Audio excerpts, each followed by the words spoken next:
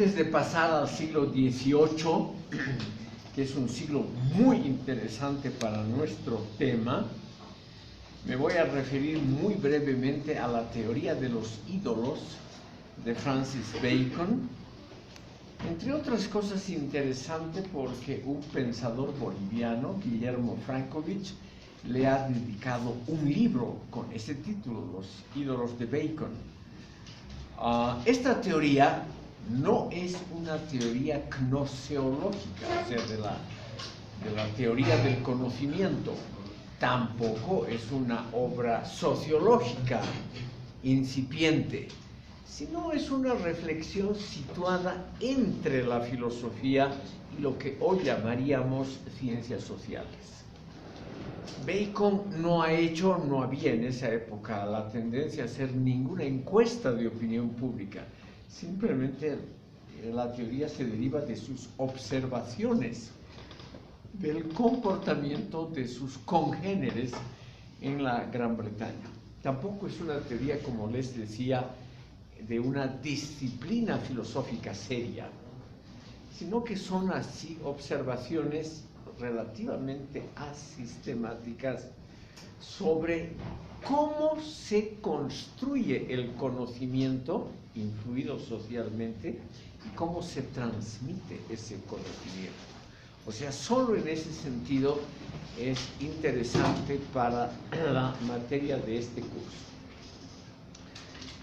En su obra fundamental, El nuevo órgano o Novum Organon, que es una construcción mitad latín, mitad griego, él establece que hay 4 ídolos que distorsionan el conocimiento y la transmisión del conocimiento, que son los que están en la pizarra. A veces varían las denominaciones, la obra fue escrita originalmente en latín, pero no hay duda de que él trata de mostrar, estimado público, cuáles factores sociales, ideológicos, etcétera, influyen en la manera como pensamos y en la manera como transmitimos conocimientos.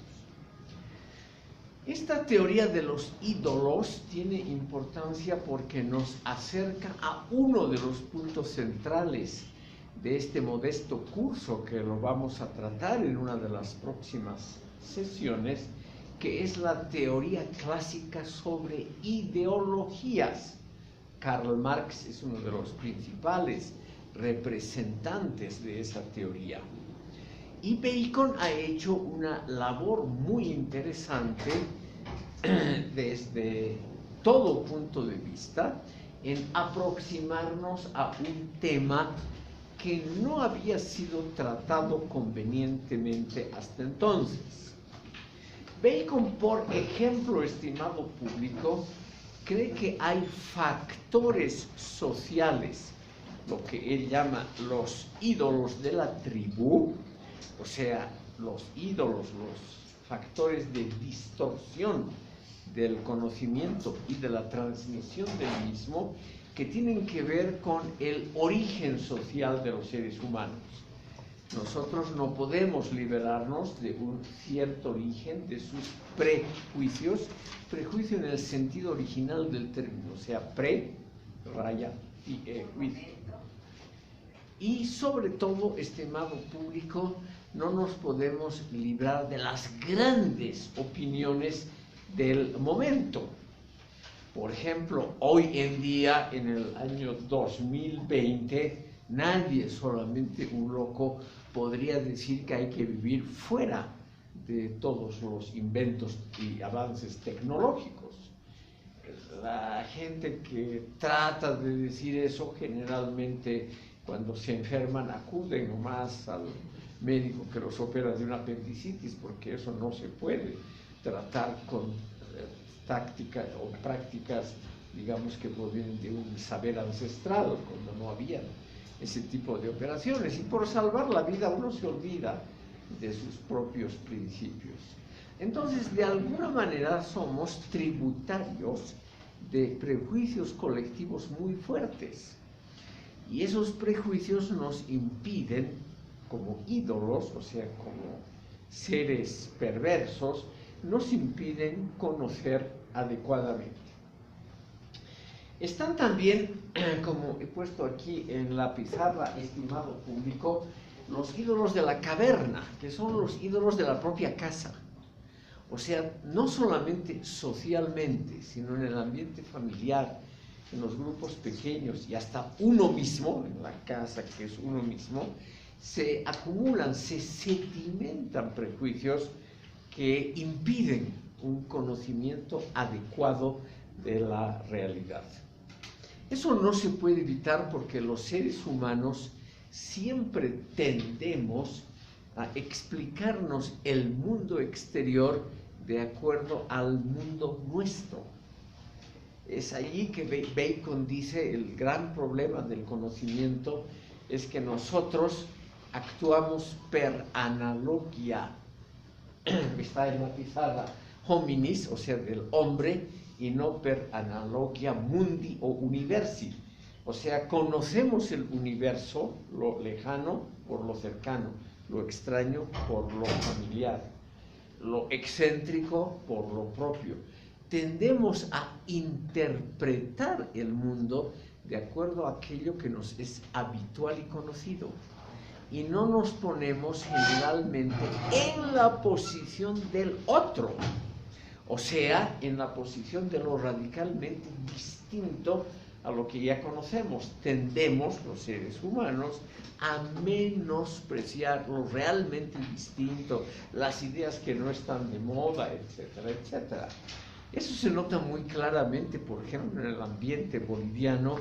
No me refiero, obviamente, a un círculo elitario como ustedes, pero, claro, son chicos que leen, que piensan como estudiantes de filosofía, me imagino que leen por lo menos un libro al mes, si no más.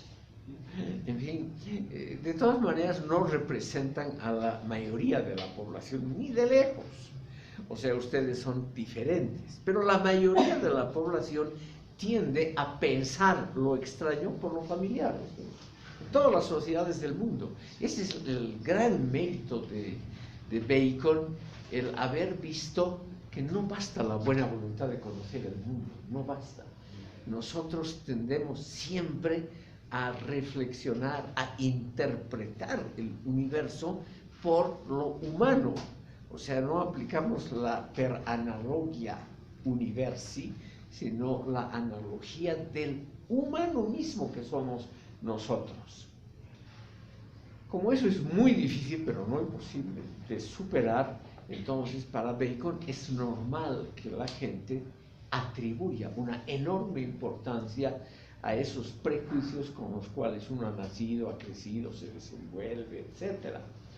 Y yo también aconsejo a ustedes que en la práctica cotidiana ustedes sigan la corriente al grupo al cual pertenecen, que sigan, que en su foro interno pueden pensar otra cosa, pero cuando tienen que abrir la boca con efecto público, lo mejor es nomás alimentar los prejuicios colectivos para que uno no esté poniéndose enfrente a toda la sociedad o al grupo o a la enamorada o enamorado. ¿Para qué es? Lo mejor es escucharlo o escucharla y seguir la corriente, porque son prejuicios a veces muy profundos y cualquier esfuerzo de razonamiento no va a llegar, no va a pasar esa capa, esa coraza que los seres humanos desarrollamos con los años. Esa coraza es muy difícil de ser penetrada porque está muy adentro, pertenece a lo más íntimo de nosotros. Solamente en casos excepcionales, como ustedes, hay la posibilidad de traspasar la coraza formada por los prejuicios de la tribu, o sea, de la sociedad, de la caverna, o sea, de la casa, de uno mismo, de la familia, o lo más interesante que son los prejuicios del foro o del mercado. Ese capítulo muy, muy breve, porque todo el tratado de Bacon sobre los ídolos es de una brevedad excepcional. Y esas son las cosas que valen la pena, ¿no? Es un enorme contenido en pocas líneas. Entonces, estimado público, aquí tenemos los ídolos del mercado o los ídolos del foro, que se forman justamente en el contacto con el foro, con nuestros semejantes, y se sedimentan, es el primero que ha notado eso, en el propio lenguaje. El lenguaje mismo es al mismo tiempo un instrumento de transmisión, pero un instrumento también de distorsión del conocimiento. En el lenguaje mismo se sedimentan los prejuicios. Bacon ha estudiado algunos de esos vocablos donde evidentemente con un análisis crítico se puede mostrar cómo en algunas palabras se sedimentan los prejuicios de los otros. Por ejemplo, ustedes han escuchado seguramente en una clase de filosofía griega cómo Aristóteles trataba de bárbaros a los extranjeros. Bárbaro en griego clásico significaba simplemente extraño, extranjero, no tenía una connotación negativa, pero el propio Aristóteles contribuyó a formar esa connotación negativa. Y que hoy la palabra bárbaro en todos los idiomas del mundo significa precisamente lo contrario de civilizado, lo contrario de lo culto. Entonces se ha sedimentado en el lenguaje, en la palabra bárbaro, ya una concepción del mundo, una concepción del otro, que es una concepción generalmente negativa. El otro siempre está asociado a cosas inferiores a las de uno mismo. El otro es el sospechoso, el que no es leal y honrado como uno mismo. El otro es el que no, en el cual no se puede confiar. El otro simplemente es aquel que no pertenece a nosotros. El otro es la representación entonces de lo ignoto y por lo tanto de lo peligroso. La misma palabra, lo ignoto, lo desconocido, tiene en todos los idiomas del mundo la connotación de lo peligroso, de lo que hay que tener cuidado, porque está ahí inmanentemente el peligro en lo otro y los otros. Entonces los ídolos del mercado, o sea, en el fondo los ídolos de los prejuicios sociales más importantes, se han sedimentado hasta en las palabras. Es uno de los primeros análisis de filosofía lingüística, lo que ha hecho Bacon, y ha hecho un símil muy interesante. Las palabras son como el dinero. Ustedes saben, y aquí él ha hecho una observación muy interesante, el dinero es la representación de la riqueza, el símbolo del poder de adquisición, etc. Pero no es necesariamente el objeto mismo, pero simboliza, el dinero simboliza el poder, las posibilidades de uno. Lo mismo ha dicho Bacon de las palabras. Las palabras simbolizan cosas que van más allá del significado original de las mismas. Y en ese sentido, el idioma mismo nos complica el conocimiento fidedigno del mundo, con muchos ejemplos interesantes. Las palabras mismas, por ejemplo, lo más elemental, conocer, ¿no es cierto? Nosotros creemos que es algo positivo, conocer algo, alguien, conocer filosóficamente o artísticamente siempre está connotado ya positivamente, cuando podría ser que conocer sea también llegar a ver lo negativo de otros o de otras personas, de otros ambientes, etc. Y así, según Bacon, las palabras, al haber sedimentado significados durante siglos, también son obstáculos al conocimiento fidedigno. Y finalmente está lo más interesante, los ídolos, está aquí en cuarto lugar del teatro. En esa época no había cine, no habían todavía periódicos, vienen un siglo después. Bacon se da cuenta, estimado público, que el teatro es como lo que hoy llamaríamos la opinión pública. Nosotros no nos podemos liberar del todo, por lo menos los no filósofos, no nos podemos liberar del todo de las tendencias de la opinión pública. Ustedes ven que los cuatro en el fondo significan lo mismo, ¿no? Son los prejuicios, tanto colectivos como individuales. Pero él ha tratado de mostrar que el teatro, es decir, la representación de lo que piensan los otros cómo actúan, significa también, además de un esparcimiento, de un divertimento, significa también la posibilidad de error. O sea, que nosotros adoptemos como propias las opiniones ajenas. Es un llamamiento también a pensar por cuenta propia, un llamamiento a no dar demasiada importancia a lo que hoy llamamos la opinión pública. Entonces, estimado público, lo que nosotros tenemos que comprender es que las palabras, las teorías, los prejuicios que se han armado sobre cualquier asunto nos impiden también ver adecuadamente detrás de la pantalla que el teatro, el foro, la tribu, la caverna han armado en torno a nuestro conocimiento. No es una tarea imposible. El ser humano puede sobreponerse a los prejuicios colectivos, pero hay que hacer el esfuerzo de ver atrás de la pantalla. Este es un aditamento muy interesante de Bacon, porque hoy en día, en esa inundación de teorías relativistas, postmodernistas, que hoy son prácticamente obligatorias, existe la impresión de que uno siempre piensa en contextos, que el contexto es extraordinariamente poderoso. Uno está ahí obligado a decir de cuál lugar de enunciación uno habla, es decir, desde cuál relativismo uno habla. Como todos los relativismos son iguales en calidad, es decir, si tienen la misma dignidad ontológica, entonces no habría la verdad, sino habrían solo opiniones relativas. Bacon es uno de los primeros que nos muestra que haciendo un esfuerzo cognoscitivo, nosotros podemos conocer por atrás lo que hay de los prejuicios del teatro, del foro, de la caverna y de la tribu. O sea, podemos hacer ese esfuerzo, y la filosofía es justamente el esfuerzo por sobreponernos a los prejuicios. Hay un argumento que también lo usa Bacon y otros pensadores, que es muy difícil de impugnar, es el desarrollo humano. Si nosotros solo hubiésemos sido víctimas o hijos de los prejuicios del momento, del contexto, del origen en que hemos crecido, etc., nosotros deberíamos seguir en la edad de piedra. Nosotros nos hemos superado porque algunas personas, no todas, unos pocos, siempre han impugnado el medio en el que han nacido, han impugnado la fuerza del contexto, la fuerza esa que se cree completamente poderosa y definitiva del contexto, del lugar de enunciación.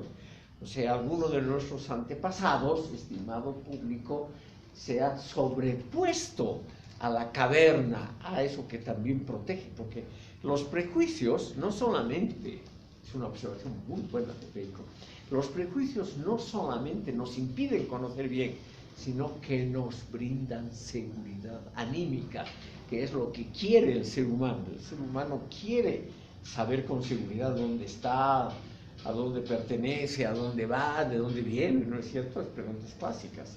Los prejuicios nos brindan seguridad anímica y por lo tanto son adorados por el público, amados por la población, queridos por casi todos.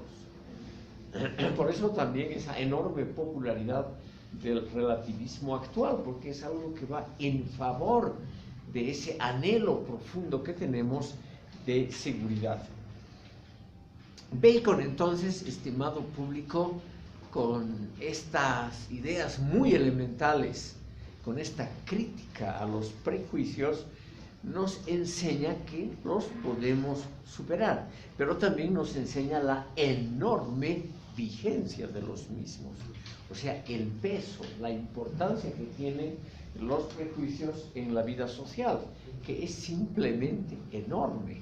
Él es uno de los primeros, también igual que Montaigne, que se dio cuenta que la inmensa mayoría de las masas adoran los prejuicios colectivos.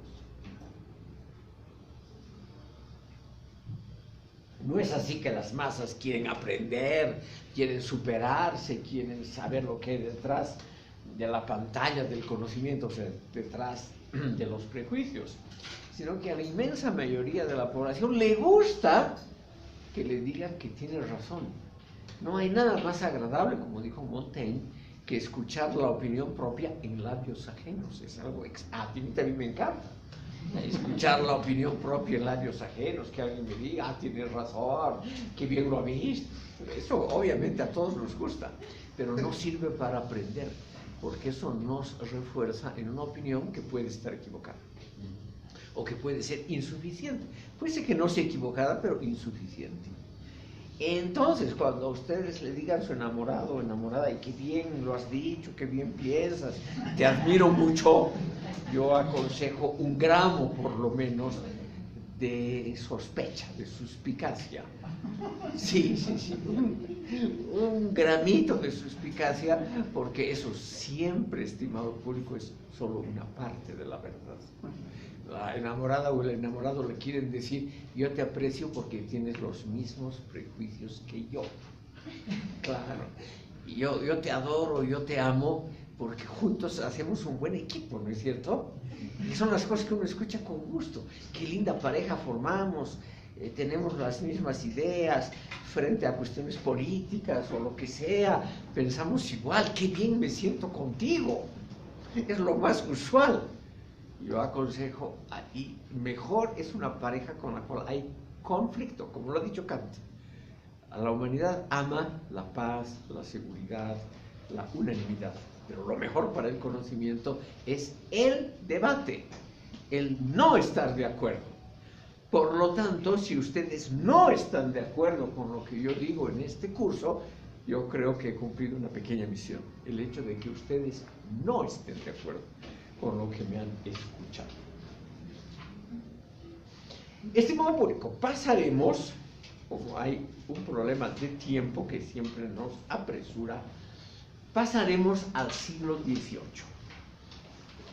Como les decía, a partir del Renacimiento, salvo esos breves 100 años del predominio español, 2 países, que son además los que construyen la modernidad, Gran Bretaña y Francia, se imponen como los más importantes en el contexto del mundo occidental. Y poco después, con la construcción de esos imperios coloniales muy grandes, Gran Bretaña conquista la China, Francia la Indochina, se reparten el África, etc., imponen un sello de modernidad al resto del mundo. Eso no se puede negar, por lo menos fácilmente, que estos 2 países han tenido una huella, una impronta cultural que más o menos persiste hasta hoy.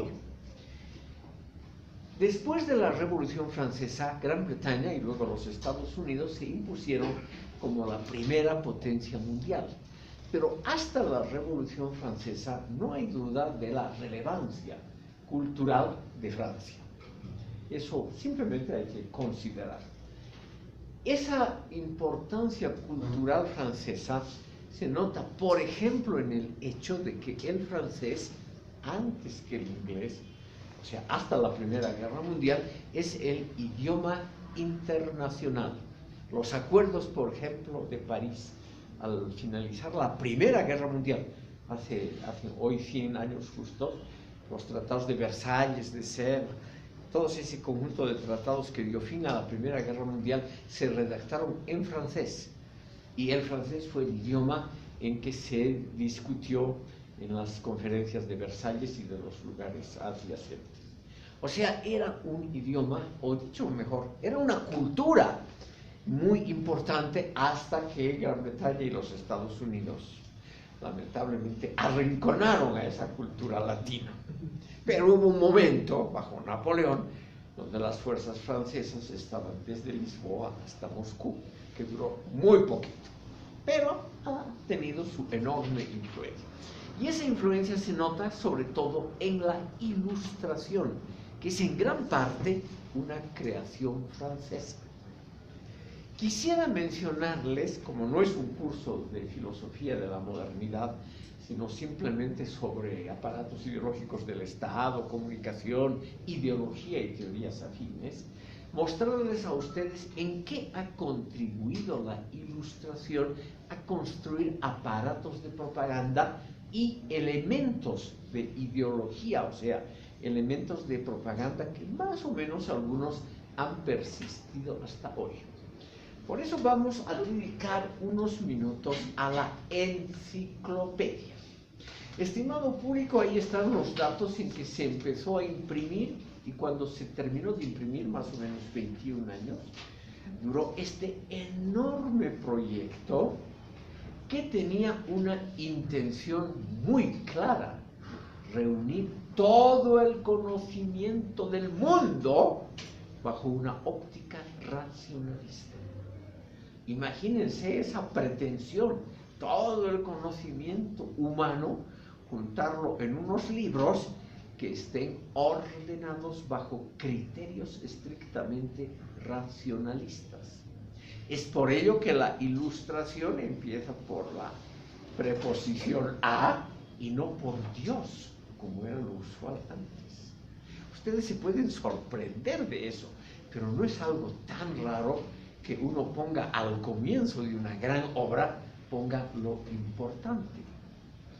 En la Unión Soviética, que siempre es un buen ejemplo ex negativo, como se dice en filosofía, para mostrar cosas, en los años 30 se publicó la Gran Enciclopedia Soviética en más de 100 volúmenes, siguiendo más o menos los lineamientos de la Enciclopedia Francesa, pero con una salvedad que nos muestra, estimado público, que en ese punto los soviéticos se alejaron del racionalismo.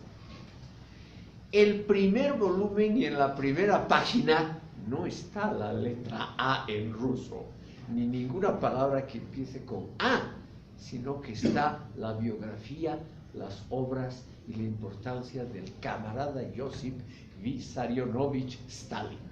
Eso es la primera parte del primer volumen de la Enciclopedia Soviética.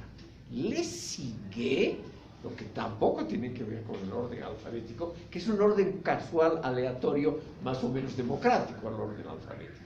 Le sigue el Partido Comunista de la Unión Soviética, que también, según el alfabeto ruso, debería estar bastante atrás, uno de los últimos volúmenes. Y también la historia de Rusia, que también debería estar bastante atrás.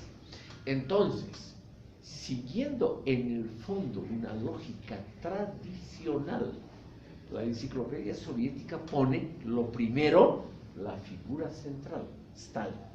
Luego, la institución central, el Partido Comunista, y en tercer lugar, el país central en el mundo, la Unión Soviética, Rusia, como primeros artículos de la enciclopedia. Y así se establece, al contrario de la Enciclopedia Francesa, se establece ya una jerarquía. O sea, hasta el más tonto, al ojear esa inmensa obra, uno siempre ojea por curiosidad el primer volumen, se da cuenta cuáles son las prioridades de la ciencia del saber soviético, ¿no? Camarada Stalin, en primer e innegable lugar. Además, el camarada Stalin tiene una entrada de 70 páginas en la Enciclopedia Soviética, que es obviamente muy superior a cualquier otra entrada. 70 páginas sobre el gran líder, estimado público. En cambio, en la Enciclopedia Francesa, todavía Francia era un país profundamente católico, Dios, por ejemplo, está en la letra D. No tiene ningún lugar especial, sino después de muchas otras palabras con DA, DE, etc., está Dios. Y Francia está en la letra F, no está antes ni después. Y el monarca reinante Luis XV también está en la L, sin ninguna, digamos, consideración especial. Es más, la entrada de Luis XV, el soberano del momento, es muy breve. No dice nada muy especial, dice, empezó a reinar tal, sus ministros fueron tales, llevó a cabo tantas guerras. Ninguna publicación de la entrada de Luis XV, ninguna publicación, ninguna obra de arte, etc. O sea, es una obra sobria, una obra que no hace, digamos, un privilegiamiento de temas, ni de autores, ni de personalidades. Ese es el principio racionalista. O sea, ordenar todo, estimado público, de acuerdo a un solo principio, la relevancia que pueda tener el artículo para la vida social. Y como Dios para los enciclopedistas no tenía mucha importancia, el artículo sobre Dios es bastante pobre y aburrido. O sea, no es un tratado de teología ni nada, sino más bien un tratado sobre supersticiones. Ahí vemos cómo en el siglo XVIII ya se había constituido una profunda mentalidad racionalista, y esa mentalidad racionalista se había dotado de un órgano de propaganda, la enciclopedia. Y este órgano de propaganda, estimado público, estaba muy bien hecho. O sea, la calidad de la impresión, las muchas ilustraciones, está lleno de ilustraciones de muy alta calidad, y es la primera enciclopedia que tiene indicaciones transversales. Por ejemplo, en el capítulo sobre Dios dice, véase también teología, para que no se crea que ahí nomás termina, sino que tiene muchas indicaciones de lugares que pueden contribuir a aumentar la información del usuario. O dice también, de acuerdo a tal idea, Dios significa tal cosa, pero de acuerdo a tal otra, significa una cosa diferente. Entonces, lo que ofrece la enciclopedia es una opinión no dogmática, sino que ofrece al lector diferentes vistas de cada uno de los problemas. Eso es, estimado público, el gran mérito de la ilustración, y significa también, como era muy barata en términos adquisitivos, era mucho más barato que comprar libros de una magnitud ideal, significó un gran éxito de público. Y aquí tenemos una idea central que desde el siglo XVIII hasta hoy es muy importante y que ha sido debatida al comienzo cuando se empezó a plantear la enciclopedia por 1740. El gran editor e inspirador de la enciclopedia es el filósofo Diderot. Ustedes ahí van a ver el nombre. Apoyado por una pléyade de grandes pensadores como Montesquieu, Voltaire, Rousseau, que también contribuyó con varios artículos, y todos esos pensadores importantes del siglo XVIII, incluyendo los filósofos materialistas y otros que han sido calificados como Babeu, etcétera, que han sido calificados posteriormente como comunistas, o sea, como radicales de esa época. Todos han contribuido a esta gran obra. ¿Y por qué es importante, estimado público? Porque desde entonces, un buen aparato propagandístico tiene que seguir un lineamiento que se acerque por lo menos a la enciclopedia. O sea, que no parezca dogmático, ¿no? Que parezca más bien una oferta de varias opiniones sobre un mismo problema, y luego que muestre una pluralidad de autores. En la enciclopedia han colaborado más de 100 personas, eminentes médicos, físicos, de todo un poco lo que se podía. De modo que la presentación de una idea, la idea del racionalismo, ocurre mediante la pluralidad de sus autores y la pluralidad de los puntos de vista. Como ven ustedes, también hay entre los aparatos ideológicos, este es un aparato ideológico privado, también hay algunas reglas generales. Cuando ustedes hagan, me imagino algunos de ustedes, propaganda por un partido, yo aconsejo, estimado público, que esté eso disfrazado como una opinión entre otras, claro, bien argumentado, etcétera, etcétera, pero que ustedes no la impongan como verdad única, sino que es un buen truco que ustedes dejen al lector la impresión de que el autor de ese artículo es un hombre amplio, que confiesa que no sabe todo y que más bien nos impulsa por nuestra cuenta a aprender algo más. Ese es un modesto consejo de Diderot, que es el que ha creado esta institución. Aquí el periódico La Hoja del Sur, creo que les he contado, tiene un lema muy interesante: nada convence más que la verdad. Eso no significa que ese periódico sea la verdad, sino que simplemente han utilizado el famoso lema de la Ilustración, porque ese lema es uno de los principios de la Ilustración. O sea, ellos han tratado de mostrar, por ejemplo, al mostrar a Francia, también han mostrado los aspectos negativos de esa nación que era la patria de los autores, las diferencias sociales, las injusticias, etc. Todo eso está muy detalladamente explicitado. Entonces, eso ha contribuido a hacer que la obra sea fidedigna, una obra de consulta.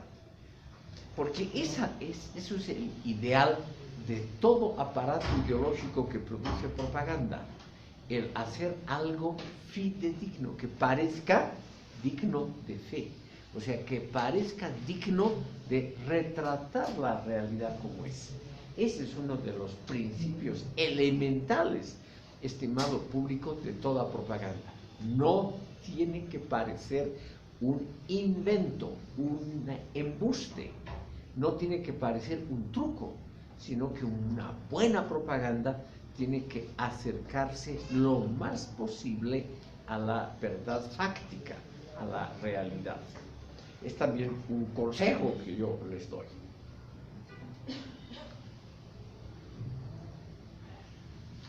La enciclopedia, y esto hay que mencionar porque honra a una notable mujer, fue posible, estimado público, porque esa época, en el siglo XVIII, era la época del absolutismo. El nieto del que hemos hablado, el nieto de Enrique IV, fue Luis XIV, que es hasta hoy la encarnación del monarca absoluto. Este monarca absoluto, estimado público, estableció un tipo de despotismo. Él mismo calificó a su sistema así, pero un despotismo ilustrado. Es decir, no un despotismo brutal, sino un despotismo disfrazado o mitigado por aspectos humanistas. Y ese es uno de los mejores sistemas de propaganda. El aparato oficial del Estado francés, que se encargó justamente de enaltecer la política, las opiniones de Luis XIV, las ambiciones de él, esos aparatos ideológicos del Estado francés tenían una sola orden del rey: no exagerar.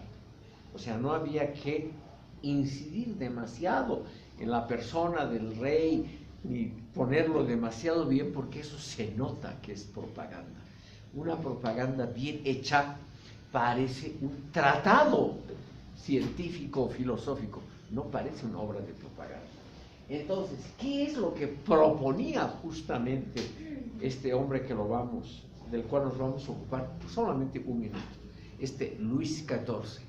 Él quería demostrar, obviamente como cualquier monarca, la solidez de su régimen, el poder de él mismo, la relevancia de él, del régimen, en el concierto de naciones. Toda la propaganda más o menos sigue esos lineamientos. Y finalmente él quería mostrar que esa propaganda solamente era una representación de la verdad, o sea, que no era una mentira. Por lo tanto, Luis XIV, inventó esa palabra del despotismo ilustrado. Era un régimen donde no había constitución, no había parlamento, no había elecciones, no había partidos, nada de eso, estimado público. Pero no se perseguía a la gente, no había lo que hoy llamaríamos presos políticos, o por lo menos en cantidad muy, muy reducida, y daba la impresión de ser un amante de la cultura. Que también habría que aconsejarles a ustedes y eso a los que se dedican a la actividad cultural, a la actividad política. Un amante de la cultura siempre cae bien, siempre parece un hombre bondadoso, una mujer bondadosa, siempre parece que es una persona tratable. Entonces, ¿qué hacía Luis XIV? Asistía a todos los conciertos posibles, a las obras de teatro.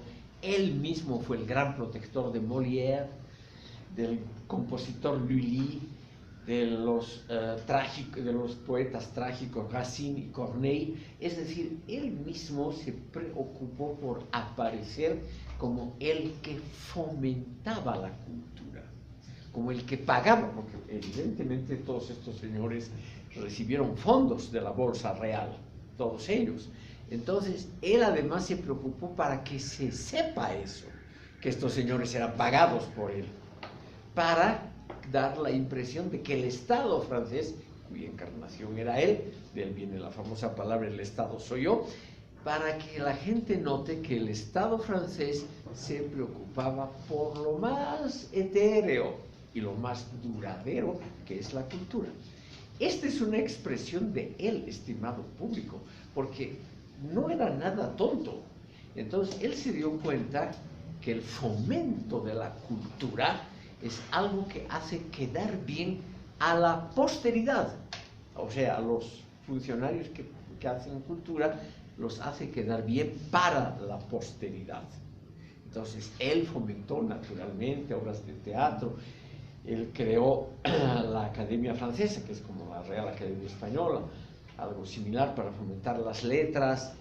Él convirtió el Palacio Real, el Louvre, lo convirtió en un museo.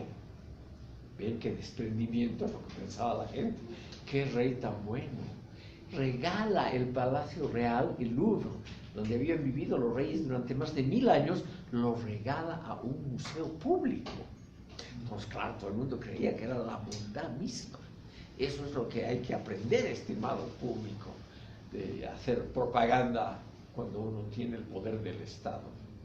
O, por ejemplo, construir un palacio como Versalles, él es el constructor de Versalles, que sirve de modelo a todas las edificaciones de 1 siglo y medio siguientes. Todas las edificaciones, desde Moscú, San Petersburgo, el Palacio de Oriente en Madrid, todo son de alguna manera copias o inspiraciones de ese modelo artístico.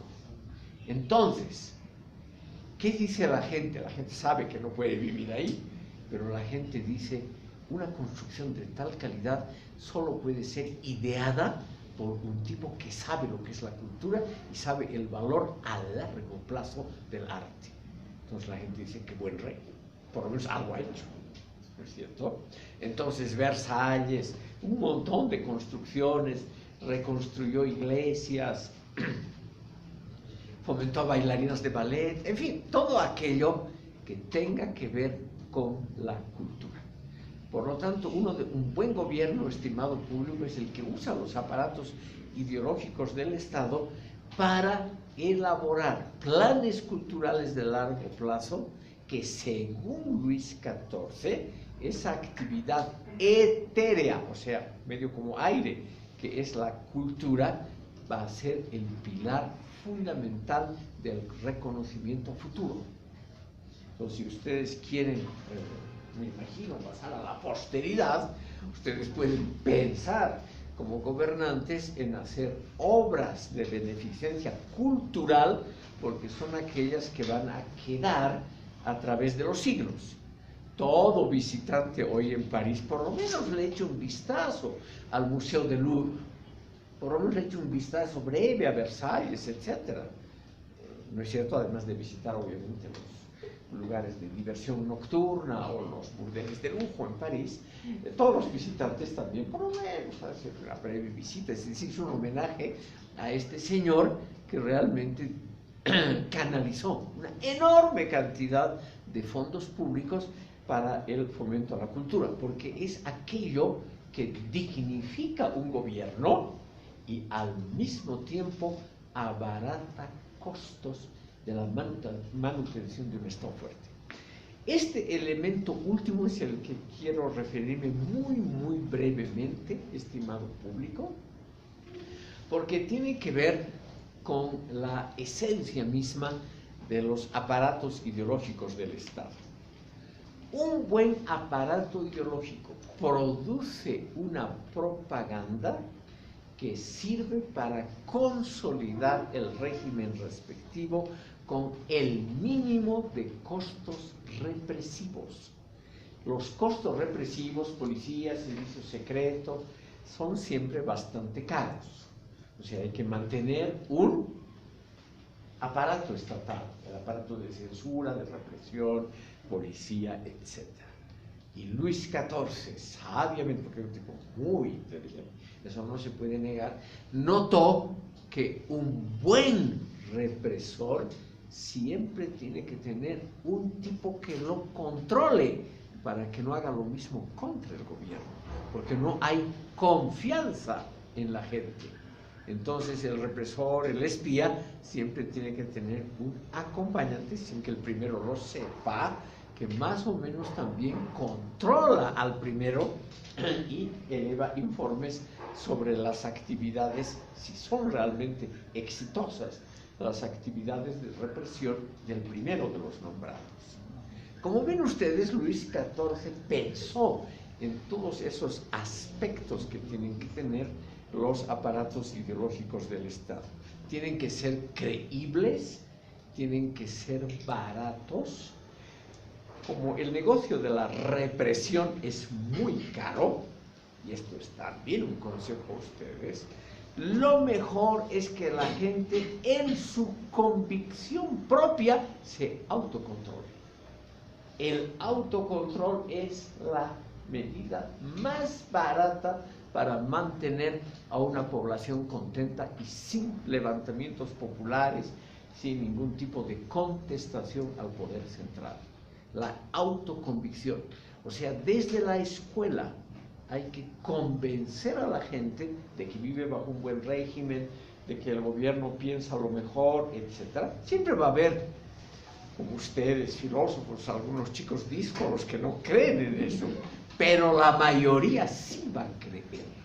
Eso es lo que él se dio cuenta. Y lo que importa es, obviamente, la gran masa. Entonces, hay que tolerar a esos disidentes, a esos tipos como los filósofos que piensan distinto, que piensan cosas raras, etc. Pero lo bueno es la gran masa que por convicción propia se autocontrola, que no se subleva, que paga impuestos, etc., por convicción propia.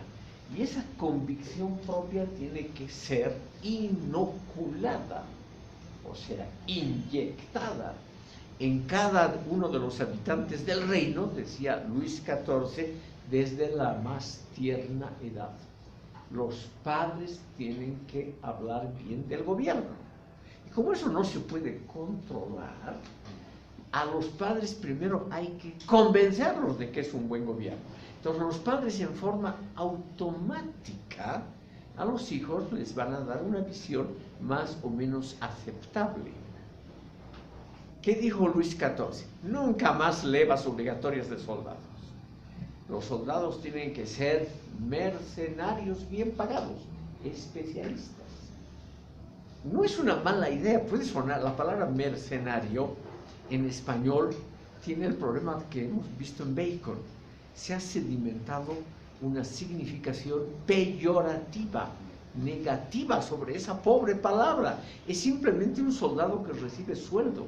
Es un soldado voluntario que lucha por una causa, no por la creencia que la causa es mejor, sino porque le van a pagar. Es un oficio como cualquier otro. Y ese oficio tiene que ser dignificado. O sea, es una idea de Luis XIV, el mercenario tiene que estar bien pagado, tiene que tener buenos uniformes. No solamente el armamento tiene que ser el mejor que la tecnología del momento puede brindar, sino que hay que asegurar la alimentación, las bebidas, la vestimenta, la vivienda y los seguros para la viuda. Como era un negocio ligeramente arriesgado, en cualquier batalla la mitad de los mercenarios moría, Entonces había que asegurar la pensión a las víctimas.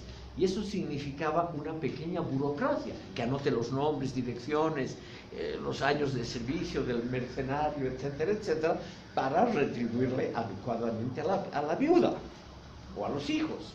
Entonces, estimado público, había que establecer una burocracia, pero dedicada a lo que podríamos llamar al bienestar del mercenario y de su familia. Todas estas son cosas que un buen aparato ideológico del Estado se preocupa además de publicar, de modo que la cantidad de chicos que se presentan voluntariamente al servicio militar, o sea, a los mercenarios, sea buena. Nunca hubo falta de soldados bajo Luis XIV y Luis XV, nunca hubo. O sea, quiere decir que era un oficio, uno sabía que iba a morir con relativa facilidad, pero que uno iba a dejar algo a sus padres, a la esposa, a la viuda, etc. O sea, era una cosa bien vista. Hoy en día, en 2020, nosotros tenemos, como personas que vivimos ya en un mundo tecnológico, tenemos una opinión muy negativa de todo lo que tiene que ver con el ejercicio inmediato de la violencia. O sea, policías, soldados, etcétera, no es gente bien vista.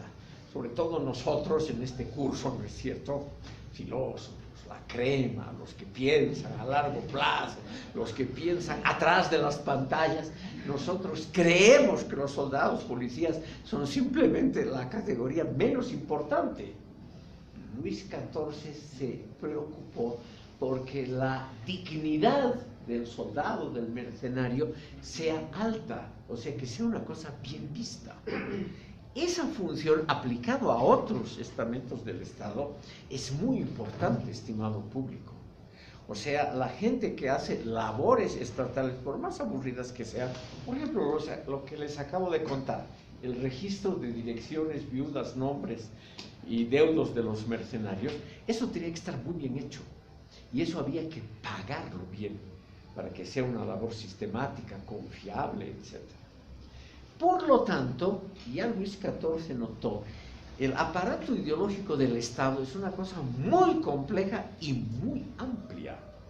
No solamente es la labor específica de la propaganda, el buen rey, la dignidad del Estado personificada en una sola persona, etc., sino que tenía que tener todo un acompañamiento muy complejo y muy bien enlazado entre sí, muy bien integradas las partes para que funcione adecuadamente. La labor, en cambio, de los filósofos, decía Luis XIV, es muy simple, porque ellos critican, como nosotros, critican, pero no tienen que pensar necesariamente en las alternativas.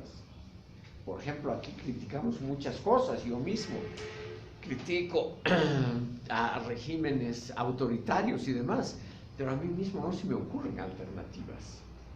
Luis XIV se dio cuenta que criticar es fácil, proponer difícil.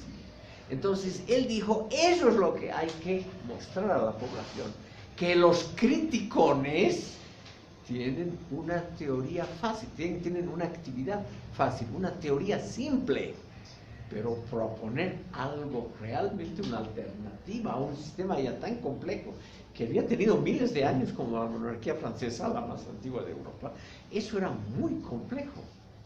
Entonces, es por ello que en la época de Luis XIV, que gobernó más de 70 años, Luis XV también más de 70 años, no hubo ninguna rebelión, no hubo ningún intento de alguien de poner en duda ese régimen, porque era muy complicado imaginarse una realidad. Recién la enciclopedia, estimado público, fomenta el pensamiento en alternativas. Eso es también lo bueno de la enciclopedia, que muestra otros regímenes políticos, otras posibilidades de ordenación del sistema social. Y uno de los capítulos, obviamente, más consultados de la enciclopedia era la utopía. O sea, lo que no existe, pero lo que nos inspira a algo diferente y a algo mejor que el orden social.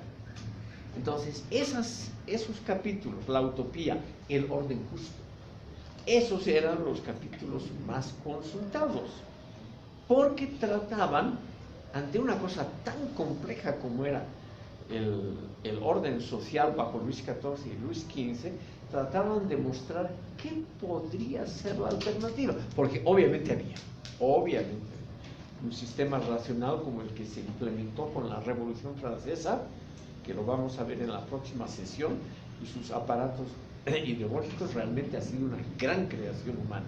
Aunque a nosotros no nos guste la revolución por sus excesos, etcétera, su obra legislativa ha sido realmente muy, muy brillante. Entonces, y eso es un resultado de la enciclopedia y de este grupo de pensadores, estimado público, que sin pretenderlo, Voltaire, por ejemplo, nunca pretendió un orden diferente, no se le ocurrió un orden diferente, él nunca pensó en un sistema socialista o republicano, nada, él simplemente criticó los excesos del régimen que él tenía, pero no se le ocurrió algo diferente, porque realmente pensar alternativas es una cosa difícil. Entonces, para redondear este capítulo, estimado público, solamente yo les digo, la filosofía del racionalismo y de la ilustración en el siglo XVIII nos prepara para lo que tenemos actualmente, o sea, una organización racional del Estado, y nos prepara también para desconfiar de los grandes aparatos ideológicos. Esa es la labor, yo diría, muy, muy importante que tuvo la Ilustración, la